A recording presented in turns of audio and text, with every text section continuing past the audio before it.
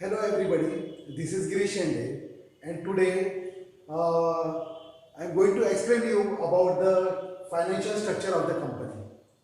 So financial structure means the capital of the company. Whenever the company is established with the Companies Act 1956, it has to work under the different clauses.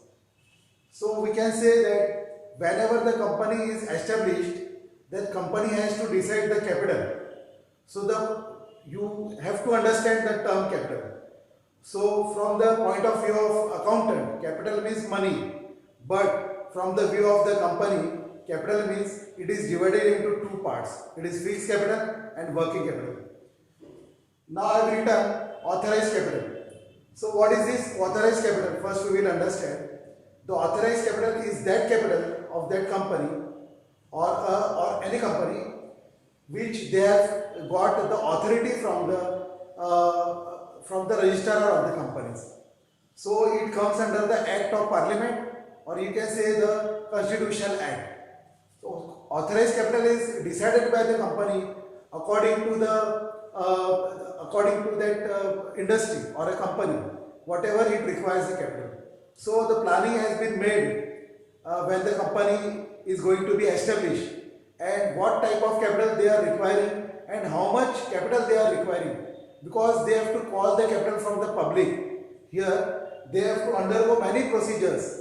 Then the capital structure means it is authorized capital and registered. It is also known as a registered capital, as well as you can say it is a nominal capital also. So registered capital, authorized capital or nominal capital, they have the same meaning, same term.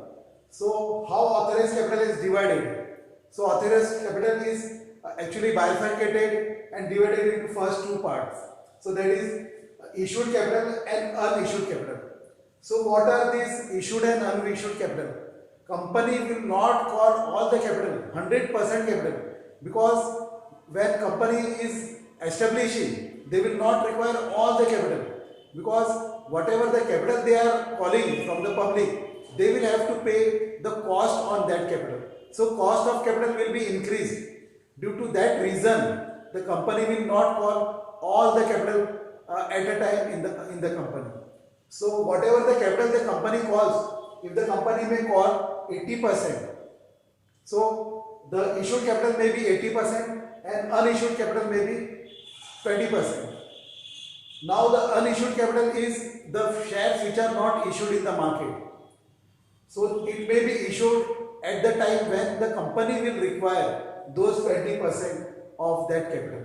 So here company may decide whatever the funds they are requiring at the initial stage of the company. So they may be requiring 80%, 70%. If they require 70%, then 30% will be unissued. In the future date, when the requirement of the capital will be arise, then company may call unissued capital, that is through shares 30% and 20%, which remain with the company. Now here, the authorized capital is first divided into two parts, that is issued capital and unissued capital. Then further, again the issued capital can be divided into two parts, that is subscribed capital and unsubscribed capital. Here I have told you 70% and 30%. Then 70% is also divided into two parts. It may be 65% and 5%, or it may be 60% and 10%. So 70% is divided into two parts again. As we go one below the other capitals, we find that they are the part of the just above capital. So authorized capital is 100% and authorized capital is divided into 70 and 30%. Then the issued capital, which is issued 70%, it may be divided into two parts, that is called subscribed capital and unsubscribed capital. Now subscribed capital is again divided into two parts. First we will understand what is subscribed capital. Subscribed means the people who are intended or interested to purchase the share of that company, they will apply through their applications and they will get the share. So here subscribe means the people who have subscribed, they have to become, they wanted to become a shareholder of the company, and the shareholder of the company are the owner of the company. So they have to invest in the company through subscriptions. So your subscribe capital is again divided into two parts. So I told you that if it holds 60% and it may be 10%. Now 60% is also divided into two parts or bifurcated into two parts, that is called up capital. Subscribe capital divided into two parts is called up capital, and the second one will be called as a uncalled up capital. Means this amount is called up. Now out of 60% they have called 50% and 10% is uncalled up. So whatever the amount they have called up, that is called up, and which amount they have not called up, that is called uncalled up capital. Here the called up capital again it is divided into two parts. It is called paid up capital and unpaid up capital. The amount which is not paid by the shareholder, intended shareholder, that is called unpaid up capital. Now they have given some duration to pay the amount of paid up capital.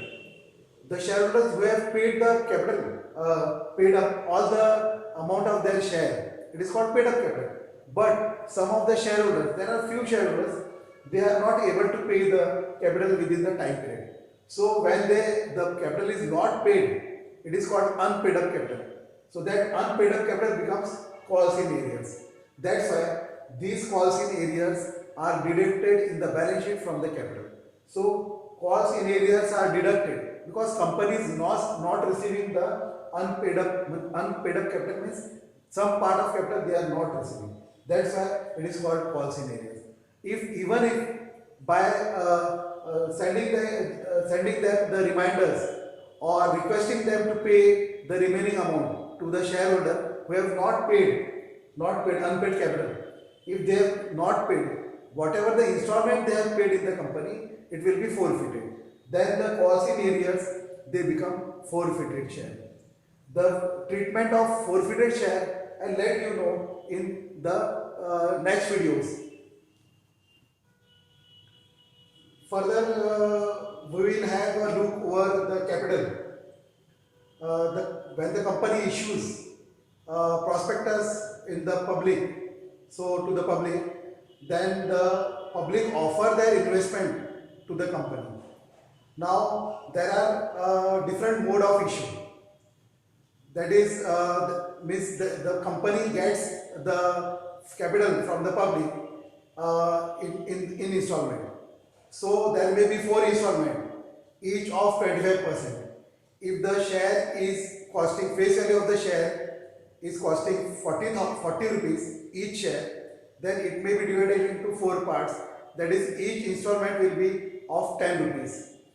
Now the 10 rupees, when the public or the intended shareholder, they wanted to pay the amount in installment, whatever the shareholding is there, they may be holding, they wanted to hold 100 shares, 200 shares, 50 shares, 10 shares, whatever it is. So company will allot them when they are applying for the shares to the company. Means they are offering their investment in the company, then the company accept the proposal of that shareholder. So there is a contract between the company and the shareholder, and because due to the offer and acceptance, when the public they offer their investment in the company, then that offer is accepted by the company in the form of allotment. So the application is filled up by the people to invest in the share. So with that application they have to pay the amount in the company's banker. Then the bank will collect all the amount of that shareholder, all the 4 installment one by one. So whenever the public or the people they pay the amount in the company through bank, they will pay first the 25% of application money. Then they will pay whenever the company allot them, the shares are allotted. Some people they are not allotted. There are several reasons. The reasons may be if the application is not filled properly or it is not signed properly.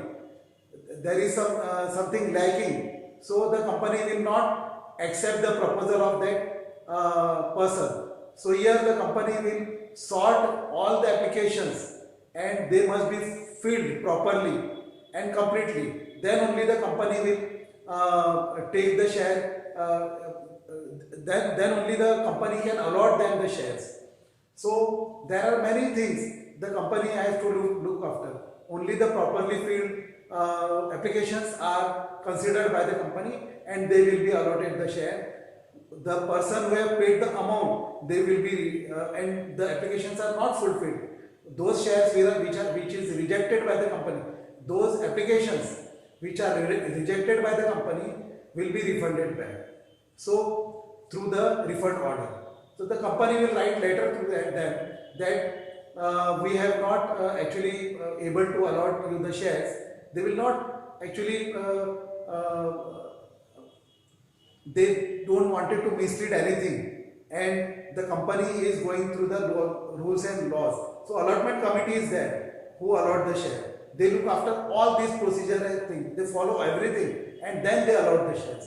So offer and acceptance has come and therefore the contract is made between then the shareholder have to pay all the remaining 3 installment in the form of, first I have told you, they are paying the first installment in the form of application money, second installment will be paid in the form of allotment money, and third installment may be paid in the form of first call, and the last installment may be second call. So there are 4 installments given by the company. It depends upon the directors of the company what they think or whatever the decision has they have taken in the issue of share. So here the share certificate has face value. It is called that face value is the maximum value of that share. So face value may be divided into 4 installment, 3 installment, or 2. It may be divided into 2 installment. So the first installment becomes the application amount money, and the second will become the allotment, 50-50% they may call. So it depends upon the directors of the company or whatever the company has taken, the policy of the company, whatever the company has decided. Now here the company is calling its capital in the form of own capital and debt capital. We will understand here what is own capital. The equity shareholder, they become the owner of the company as soon as they become the shareholder of the company. So that's why it is called own capital. The own capital is received from the shareholder, and that shareholder is called equity shareholder. They become the owners of the company, and definitely it is called the own capital. Now on the other hand, there is a debt capital. Debt capital means borrowed capital. On this borrowed capital, they have to pay the interest to the public. So it may be the borrowed capital are in the form of debentures, bonds, deposits, or loans. So whenever the company borrows some capital from outside, they have to pay the interest. To the shareholder, they have to pay the dividend. So whatever the shareholding, a person is holding the share, on that share, number of share, the dividend will be given to them. Dividend is nothing but it is the part of the profit, or the profit is divided into number of shares. Then the profits are paid to the shareholder through dividend. It is called dividend. Now here the own capital means equity shareholder. They receive the amount from the capital from the equity shareholder. There are 2 types of shareholders. Means one is equity shareholder and the other one is the preference shareholder. Equity shareholder have rights. Their features are different from preference shareholders.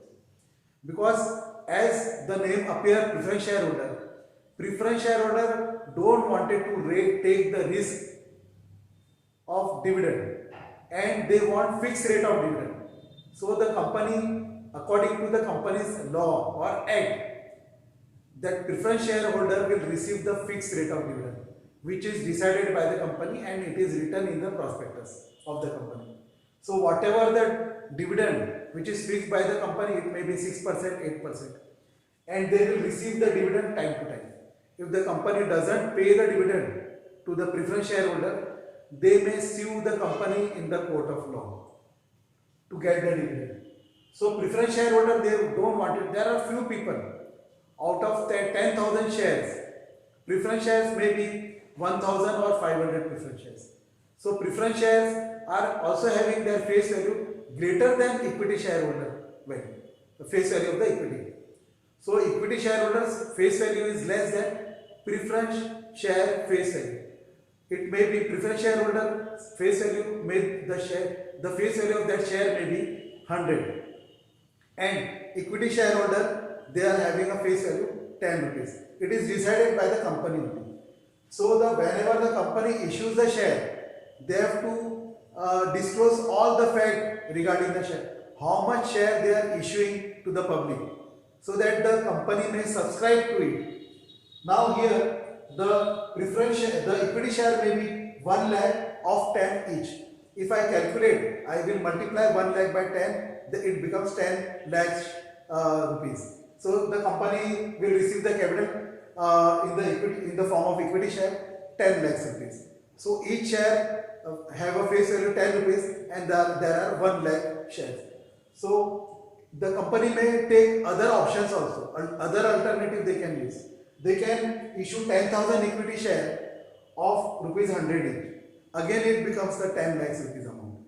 So the company may decide according to their policies, rules, regulations, how many shares they have to call from the public and at what amount. Then the face value will be decided by the company. About the debt capital, I have told you that debentures are also called acknowledged receipt, because there are 8 types of debenture. So the debentures may have a mortgage of assets of the company. So the company, they issues secured debenture, because the public should have a faith in the company that the mortgage is there, whatever the deposit they are depositing in the company. So on that deposits, the company will issue the debenture certificate on which all the details of the company will be written, the name of the company, the address of the company, and whatever the rate of interest they are going to pay to the debenture holder. It is fixed. And when they are paying the interest to the debenture holder are called the creditors of the company. To the bank also, if they get loan from the bank, or they get deposits from the bank, or they issue the bonds to the public, the rate of interest is decided by the company to pay to these all debenture holders, bond holders, and also bank will be paid interest on loans and deposits. So when the interest is paid, then it is called they are called creditors. So they are all preferential creditors, because in the winding up of the company, in the situation of the winding up of the company or shutdown of the company, these people will be paid first. Debenture holder, banks, bond holders, they will be paid first. But equity shareholder, they are the owner of the company. They will be paid last, when the amount of the company will be paid to the borrowed debt capital holder, debenture holder, bond holder, and depositor bank. They will pay first all their sums or capital, the money to these creditors. Then the company will also pay the amount to the repaid to the preference shareholder, because they have a preference to receive the capital as well as dividend as compared to the equity share. Then the equity shareholder, they are the owner of the company. They will receive the amount in terms of winding up of the company. Then they are the last receiver. If the capital remains in the company, then whatever the capital remains in the company, it will be divided among the shareholders. So this is the bifurcation of the capital when the company calls the capital. So I will let you know then in the next video I will let you know what is the features of equity and preference shareholder and more about the companies, right? Okay, thank you very much. If you like my videos, you can send me the comments, and you can also subscribe it. Thank you very much.